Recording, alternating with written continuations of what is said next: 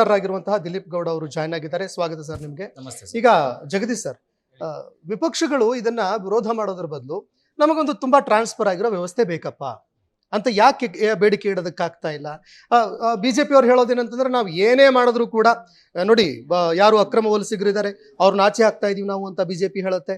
ಆದ್ರೂ ಕೂಡ ಅದಕ್ಕೆ ವಿರೋಧ ಯಾಕೆ ಅಂತ ಸರ್, ಮೊದಲನೇದಾಗಿ ಇದು SIR ಅನ್ನೋದು ಚುನಾವಣಾ ಆಯೋಗ ಮಾಡಬೇಕಾಗಿರುವಂತ ಪ್ರಕ್ರಿಯೆ. ಏನಿದು ವೋಟರ್ ರಿವಿಷನ್ ಮಾಡ್ತಾ ಇರೋದು. ಸೊ ವೋಟರ್ ರಿವಿಷನ್ ಮಾಡಬೇಕಾದ್ರೆ ಚುನಾವಣಾ ಆಯೋಗ ಒಂದು ಸ್ವಾಯತ್ತ ಸಂಸ್ಥೆ. ಏನು ಅದರಲ್ಲಿ ಯಾವುದೇ ರಾಜಕೀಯ ಪಕ್ಷ ಆಗಲಿ ಅಥವಾ ಸರ್ಕಾರ ಆಗಲಿ ಮುಖ ತೂರಿಸಬಾರ್ದು. ಇವತ್ತೇನಾಗಿದೆ ಅಂತಂದ್ರೆ ಚುನಾವಣಾ ಆಯೋಗ ಅಲ್ಕಿತ್ತಾವಾಗಿದೆ. ಯಾಕೆ ಅಂತಂದ್ರೆ ಇವತ್ತು ನಿಮ್ಗೆ ಚುನಾವಣಾ ಆಯೋಗ ಏನೇ ಮಾಡ್ಬೇಕಂದ್ರು ಬಾಸಸ್ ಅಂತ ಏನ್ ಹೇಳ್ತಾರಲ್ಲ, ಅವ್ರು ಹೇಳೋದನ್ನ ಕೇಳಬೇಕು ಅನ್ನೋ ಪರಿಸ್ಥಿತಿ ಇದೆ. ನೋಡಿ, ಆವತ್ತಿಂದನೂ ಇವತ್ತವರೆಗೂ, ಇವಾಗ 60 ವರ್ಷ ಇರ್ಬೋದು, 70 ವರ್ಷ ಇರ್ಬೋದು, ಇದನ್ನ ಶುರು ಮಾಡಿದ್ದು ಕಾಂಗ್ರೆಸ್ ಅವರು. ಏನಂತಂದ್ರೆ ಬೂತ್ ಕ್ಯಾಪ್ಚರಿಂಗ್, ಬೂತ್ ಅಲ್ಲಿ ಇದು ಹೆಸರುಗಳನ್ನ ಸೇರಿಸೋದು, ಏನೋ ಇದೆಲ್ಲ ಕಾಂಗ್ರೆಸ್ ಅವ್ರು ಮಾಡ್ಕೊಂಡ್ಬಂದ್ರು. ಅದಕ್ಕೆ ಇವಾಗ ಆಡೆಡ್ ಅಂತ ಹೇಳ್ಬಿಟ್ಟು ಬಿಜೆಪಿ ಅವ್ರು ಏನ್ ಮಾಡ್ತಾ ಇದಾರೆ ಅಂತಂದ್ರೆ, ನೀವು ಮುಂಚೆ ಏನಿತ್ತು ಅಂತಂದ್ರೆ ನಿಮ್ಗೆ ಬ್ಯಾಲೆಟ್ ಪೇಪರ್ ಅದೆಲ್ಲ ಮಿಕ್ಸಿಂಗ್ ಆಗ್ತಿತ್ತು. ಯಾವ್ಯಾವ ವಾರ್ಡಲ್ಲಿ ಯಾವ್ಯಾವ ಜನ ಎಷ್ಟು ವೋಟ್ ಆಗ್ತಿದ್ರು ಅಂತ ಗೊತ್ತಾಗ್ತಿಲ್ಲ. ಆದ್ರೆ EVM ಅಲ್ಲಿ ಇವಾಗ ನಿಮ್ಗೆ ಪಕ್ಕಾ ಗೊತ್ತಾಗುತ್ತೆ. ಒಂದು ಬೂತ್ ಅಲ್ಲಿ ಎಷ್ಟು ವೋಟ್ ಆಗಿದೆ, ಅದರಲ್ಲಿ ಯಾವ್ಯಾವ ಪಕ್ಷಕ್ಕೆ ಎಷ್ಟು ಸಿಕ್ಕಿದೆ ಅನ್ನೋದು ಗೊತ್ತಾಗ್ಬಿಡುತ್ತೆ. ಸೊ ಇದನ್ನ ಹಿನ್ನೆಲೆಯಲ್ಲಿ ಇಟ್ಕೊಂಡು ಇವತ್ತು ಬಿಜೆಪಿ ಅವರಾಗ್ಲಿ ಕಾಂಗ್ರೆಸ್ ಅವರಾಗ್ಲಿ ಏನು ಅಂತಂದ್ರೆ ಅವ್ರವ್ರ ಅನುಕೂಲಕ್ಕೆ ತಕ್ಕಂಗೆ, ಸರ್ ಇವಾಗ ನೀವು ಹೇಳ್ತಿದ್ರಿ ಡಿಲೀಟ್ ಆಗ್ತಾ ಇದೆ, 90 ಲಕ್ಷ ಡಿಲೀಟ್ ಆಯ್ತು. ಚುನಾವಣಾ ಇದ್ರ ಆಯೋಗದಲ್ಲಿ ಪ್ರಕ್ರಿಯೆ ಏನಿದೆ ಅಂತಂದ್ರೆ ಸ್ಪೆಷಲ್ ಸಮ್ಮರಿ ರಿವಿಷನ್ ಅಂತ ಪ್ರತಿ 3 ತಿಂಗಳಿಗೆ ಆಗುತ್ತೆ. ಈ 90 ಲಕ್ಷ 20 ಲಕ್ಷ ಎಲ್ಲ ಒಂದೇ ಸಲ ಕಾಣಿಸ್ತಾ? ಹೋದ್ ವರ್ಷ ಕಾಣಿಸ್ಲಿಲ್ವಾ? ಆಚೆ ವರ್ಷ ಕಾಣಿಸ್ಲಿಲ್ವಾ? ಇದು ಇಂಟೆನ್ಸಿವ್ ರಿವಿಷನ್ ಅನ್ಬಿಟ್ಟು ಈಗ ಬಂದಿರೋದು ಇದು SIR. ಆದ್ರೆ ಏನಂತಂದ್ರೆ ವರ್ಷದಲ್ಲೂ ನಿಮ್ಗೆ 4 ಸರಿ ರಿವಿಷನ್ ಅಂತ ಇದ್ದೇ ಇರುತ್ತೆ.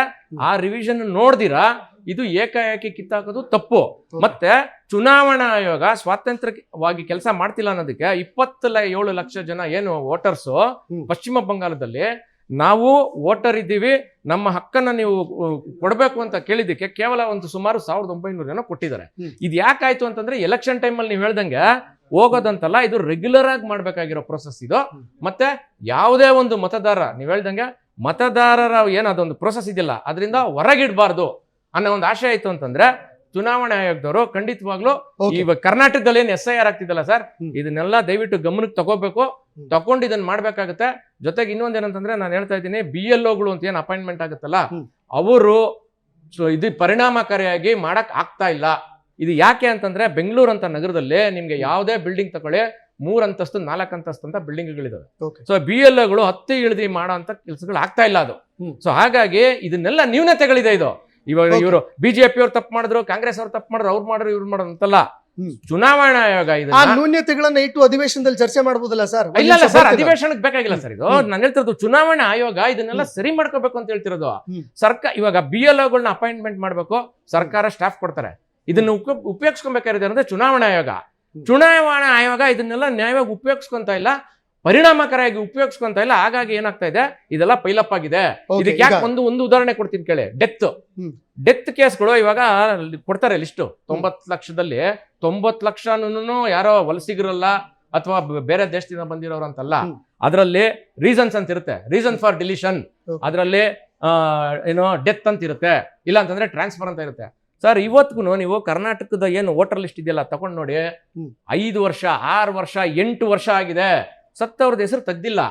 ಸೊ ಈಗೇನಾಗುತ್ತೆ ಅಂತಂದ್ರೆ SIR ಹೆಸರಲ್ಲಿ ಅದು ಇದು ಎಲ್ಲ ಕ್ಲಬ್ ಆದಾಗ ಏನಾಗುತ್ತೆ, ಖಂಡಿತವಾಗ್ಲೂ ಇದೊಂದು ಅನುಮಾನ ಮೂಡುತ್ತೆ. ಏನು, ಸಾರಾಸಗಟಾಗಿ ತೆಗೆದ್ಬಿಟ್ರು ಅಂತ. ಸೊ ಹಾಗಾಗಿ ಚುನಾವಣಾ ಆಯೋಗ ಇದನ್ನ ಸ್ವತಂತ್ರವಾಗಿ ಕೆಲಸ ಮಾಡ್ಬೇಕು ಅಂತ, ಅದು ಕೇಂದ್ರ ಸರ್ಕಾರ ಆಗಿರ್ಬೋದು, ರಾಜ್ಯ ಸರ್ಕಾರ ಆಗಿರ್ಬೋದು, ಅವ್ರಿಗೆ ಸ್ವಾತಂತ್ರ್ಯ ಕೊಟ್ರಷ್ಟೇನೆ ಇದೆಲ್ಲ ಸರಿ ಹೋಗೋದು. ಲಾಸ್ಟ್ ಪಾಯಿಂಟ್ ಹೇಳ್ಬಿಡ್ತೀನಿ. ನೀವಾಗ ವಲಸಿಗರು ಅಂತ ಹೇಳಿದ್ರೆ, ಈಗ ವಲಸಿಗರು ಏಕಾಏಕಿ 20 ಲಕ್ಷ 15 ಲಕ್ಷ ಎಲ್ಲ ಒಂದೇ ಸಲ ಬಂದಿದ್ದವ್ರಲ್ಲ. ಯಾವ ಕಾಲಘಟ್ಟದಲ್ಲಿ ಅದು 5 ವರ್ಷ